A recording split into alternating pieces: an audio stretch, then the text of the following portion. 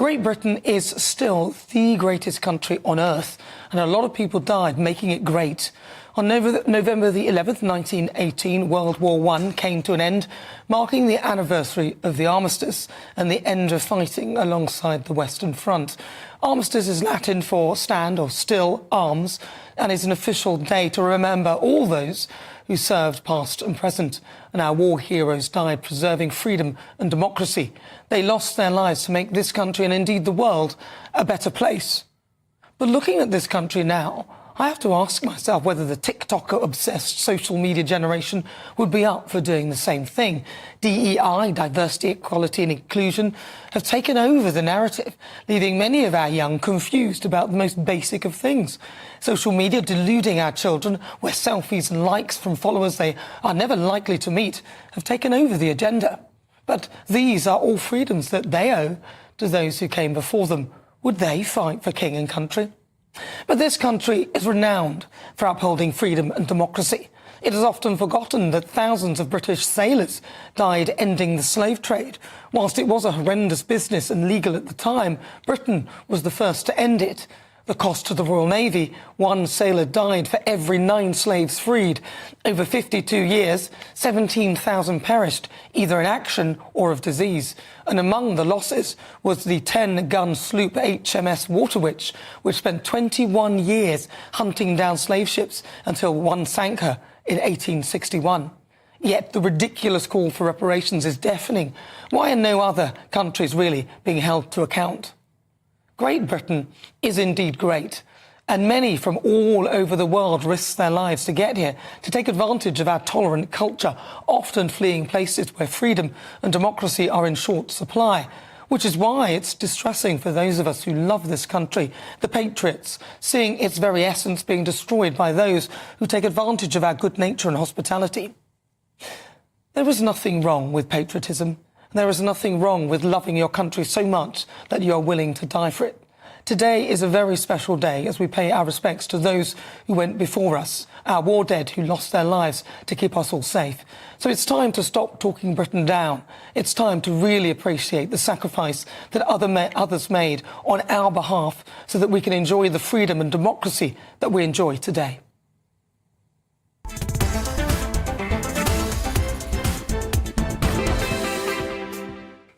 Well, joining me now, former senior military intelligence officer and veteran Philip Ingram.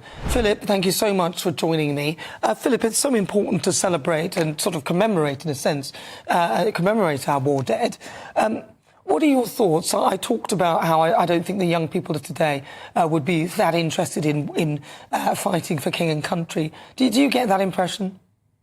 Well, it's interesting. I was at the service in Birmingham city centre today, and a large proportion of those that were marching past were from university officer training corps elements and cadets. There was a large number of youngsters from all different ethnic backgrounds marching with the veterans and with serving personnel. So I think if you get to every generation, they'll always say that the next generation is not going to be as good as we were. But actually, when the chips are down, we're proven wrong every time. So I do think the current generation, if they were put in the same circumstances, would stand up and do their duty.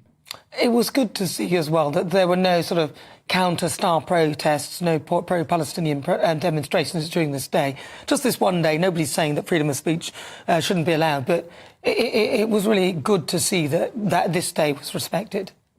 Oh, very much so. You know, those that have given the ultimate sacrifice, whether it be in conflict or at their own hand because of the demons that they've had to deal with in coming back, have done that to give the freedoms so that people can protest safely and peacefully for whatever their beliefs. And therefore, it's up to everyone to respect today and respect that sacrifice, to allow them to have those freedoms and not to hijack it for silly political reasons and to try and just get their voice out using the sacrifice that's been given by so many over so many years. We're very good at all this pomp and ceremony, but the truth is that our armed forces are depleted and a lot of veterans aren't given the kind of assistance that they need, and we don't really look after our soldiers that well.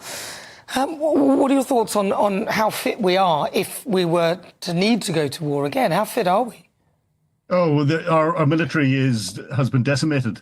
It is not fit to fight at the moment, no matter what Chief of the Defence Staff says. We've got huge recruiting problems, difficulty in manning the units, formations and equipment that we've got at the moment, a complete paucity of equipment, especially within the army. The RAF is suffering huge shortages of pilots, and yet it continues to bluff itself that it's got the ability to fight. The government needs to get a grip, and I hope the defence review that's coming up gets that grip, sorts the problems out that there are, and enables the military to grow properly. It's a hugely wasteful organisation, needs to be made much more efficient. And when it comes to looking after veterans, the Ministry of Defence washes its hands of veterans as soon as they leave. It passes that responsibility out to the third sector, to charities. So that's why we see veterans shaking the tin to buy poppies so that charities like the British Legion can look after them after their employer has kicked them out. It then goes to the NHS for health, but their veterans are the same priority as everyone else, every other minority group that's out there, and to local authorities. And again, they don't get a priority because everyone's got a priority. Well, listen, Philip, thank you so much for your thoughts. Really good to talk to you. That is a former senior military intelligence officer, and also veteran Philip Ingram. Thank you very much. Well, joining me now, former British Army officer Stuart Crawford. Stuart, thank you so much for joining me. Oh, is he here? Ah, there you are. Stuart, there you are. Well, did you know, Stuart, I was really pleased to see that today there wasn't any real protests around the ceremony or anything, and it was kind of left as a day for us to remember our war dead. What are your thoughts on the day?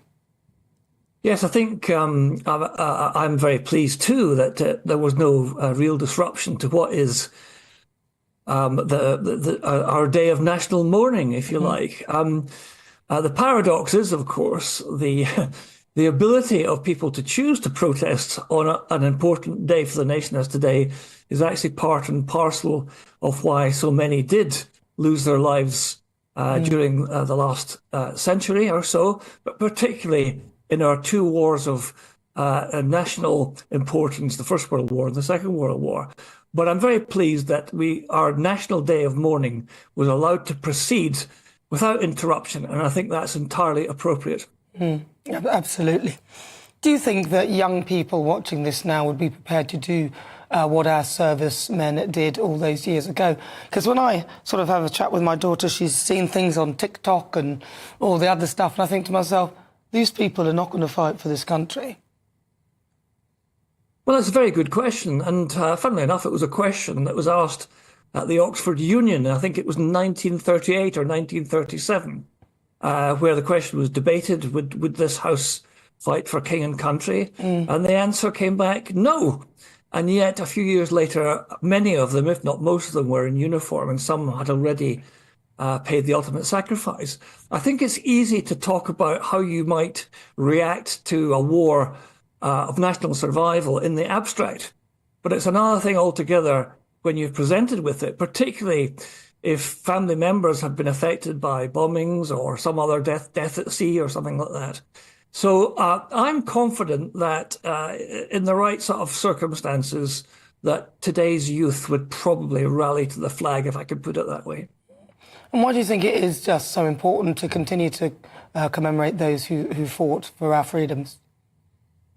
Well, I think that, and again, I'll go back to particularly the Second World War, where had we not been part of the ultimately successful side in that war, then British society today might be very different from what we experience now. And so it is that and the other wars which we are commemorating are a part of the formative process which has brought the United Kingdom and other countries to where they are today. So it's an important part of history. History is important not because it repeats itself necessarily, but because it sometimes paraphrases itself. And if we look at today's dangers from, revanchist Russia and in the Middle East, etc., and the fact that our armed forces are relatively run down these days, it is a bit reminiscent of 1933 to 1938, when we just managed to pick up our defences in time to counter Hitler and his assault on the Western world. Yeah, because I was actually just going to talk about that, because we do this ceremony very well. We do all the stuff very well.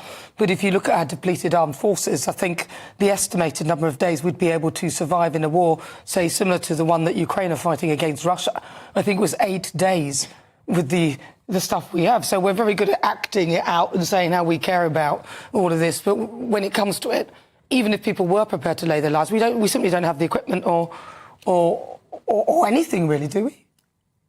No, and I think first and foremost, we don't have an adequate number of personnel in any of the three services, so that the Navy can't crew its ships. The Army can put a very, very modest contribution into the field, and the RAF doesn't have enough pilots. But there are lots and lots of different reasons for that, and we could discuss that for the next 2 hours and still not get anywhere. But your point is absolutely correct. We have run our armed forces down to the point where they may not be credible anymore. Luckily, we don't plan to fight on our own because we're part of NATO. And NATO's our biggest ally is obviously the United States of America. But of course, that might change with President Trump entering a second term at the White House. So I think we really do need to pay attention and start sorting out our military before it's too late.